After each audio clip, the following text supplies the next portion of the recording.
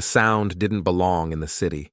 It was deep and foreign, like thunder caught beneath the street, not the rattle of a passing cart or the whistle of the night watch. It was heavier than that, a low, chest-rattling boom that rolled out of the ground and through the bricks, like something waking up beneath London. A few startled glances turned toward the source, toward Tottenham Court Road, where the Moo Brewery's brick walls had long kept to themselves. But something was off. The air changed. There was pressure behind it. Then came the crack, loud, sharp, final. It sounded like a cannon, but there was no smoke, just the sudden silence of the city holding its breath. And then all hell broke loose. A wall of beer exploded through the Horseshoe Brewery's southern wall, shattering brick and timber in a single furious breath.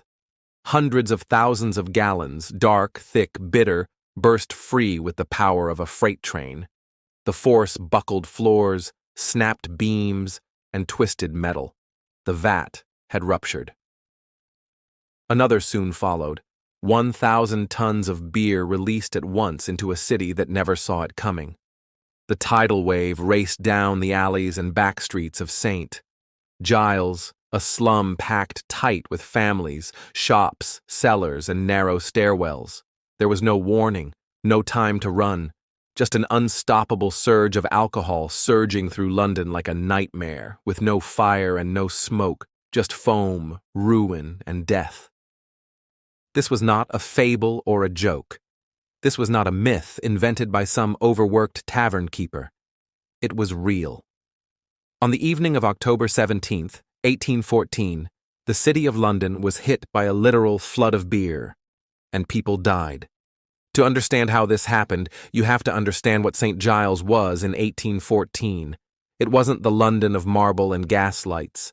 It was the London of soot and survival, a place where disease thrived, where whole families lived in cellars without sunlight, where rats shared meals with children and gin was cheaper than bread. St. Giles was a slum, plain and simple. Not far from the glitter of Westminster, it was a neighborhood forgotten by Parliament, but remembered by landlords and tax collectors. People didn't move there for opportunity. They ended up there because they had nowhere else to go. Towering above this forgotten quarter stood the Moo and Company Brewery. It was a fortress of alcohol. Massive vats taller than houses, full to the brim with porter, a dark, heavy beer that had taken the city by storm decades earlier. These vats were monstrous. The largest among them could hold more than 3,500 barrels, over 800,000 pints. The vat that exploded that day stood 22 feet high and was held together by heavy iron hoops, which were all that stood between the beer and disaster. And when one of those hoops snapped, no one stopped to think about the consequences. The vat had cracked before. A broken hoop wasn't unusual, so no one evacuated. No one drained it. No one imagined that the next sound would be the steel giving way completely. The explosion was instant. The force of it knocked over a second vat, which also failed, adding hundreds of thousands more gallons to the flood. The brewery walls collapsed. A 25-foot brick wall was blown apart like paper, and then the beer was loose. It hit the closest houses first. These weren't large, sturdy homes. They were tiny brick and wood structures, some of them barely standing as it was. The wall of beer crashed into 22 New Street with the force of a battering ram. Inside, Mary Mulvey and her 3-year-old daughter were having tea. They died instantly, crushed, drowned. Their bodies were later found tangled in the wreckage of their own home. Next door, the Murray family was preparing dinner. The mother never made it out. The father managed to save one child. The others were washed away. Down the road, a group of women gathered in a cellar for a wake. They were mourning a 2-year-old boy who had died the day before of illness.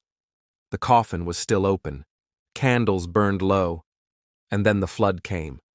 The window exploded inward with beer. The candles went out. The women screamed, but they couldn't climb the stairs in time. The beer filled the cellar in seconds. When the waters finally receded, the searchers found 4 women drowned in mourning clothes, their bodies resting beside the coffin of the boy they came to grieve. A teenage boy, George Crick, had been working inside the brewery when the explosion happened. He was caught in the collapse of the vat platform and buried under debris. Somehow, he survived. Others weren't so lucky. Workers were thrown against walls, trapped beneath barrels, suffocated by their own product. The flood didn't stop. It kept moving, down alleys, through shops, into basements. It filled the air with the heavy, yeasty scent of alcohol and blood. It soaked walls, floated furniture, destroyed what little the people of St. Giles had. By the time it stopped, at least 8 people were dead. Dozens more were injured. Homes were destroyed. Families shattered. Some of the victims drowned. Some were crushed by falling bricks. Some suffocated under collapsed ceilings. But all were caught in something no one had ever prepared for, a flood of beer. News of the disaster spread quickly, but not always respectfully. Papers initially reported it with a mix of horror and amusement. A few joked that the poor of London had finally gotten what they always wanted, a river of free drink. Others marveled that so many could die from something so absurd. But for the people of St. Giles, there was nothing funny about it.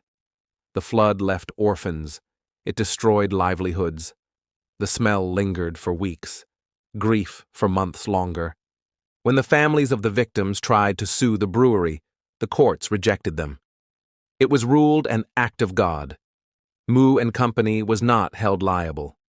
There were no fines, no charges, no reparations. The brewery lost beer, an enormous financial blow, but the government helped them recover by refunding taxes on the lost porter. With that relief, they rebuilt. The people of St. Giles received nothing. In the weeks after, thousands of curious onlookers descended on the neighborhood. They came not to help, but to stare, to gawk at the damage, to smell the sticky streets. The neighborhood became a spectacle, a curiosity. The survivors endured stares, questions, and jokes. As the years passed, the beer flood of 1814 faded into legend. A strange tale, often told with a smirk, its victims forgotten. But beneath the absurdity is a darker truth. This was not just a bizarre accident. It was the result of unchecked industrial expansion, of massive, unstable machines built beside the homes of the vulnerable, of cost-saving shortcuts and aging equipment held together by hope. No one expected a vat to explode. But when it did, it exploded in the one place that could least afford it. Today, the site of the flood is marked only by a small plaque. No grand memorial, no statue for the dead. Just a quiet reminder near the corner of Tottenham Court Road, where millions pass each year, unaware of the tragedy buried beneath their feet.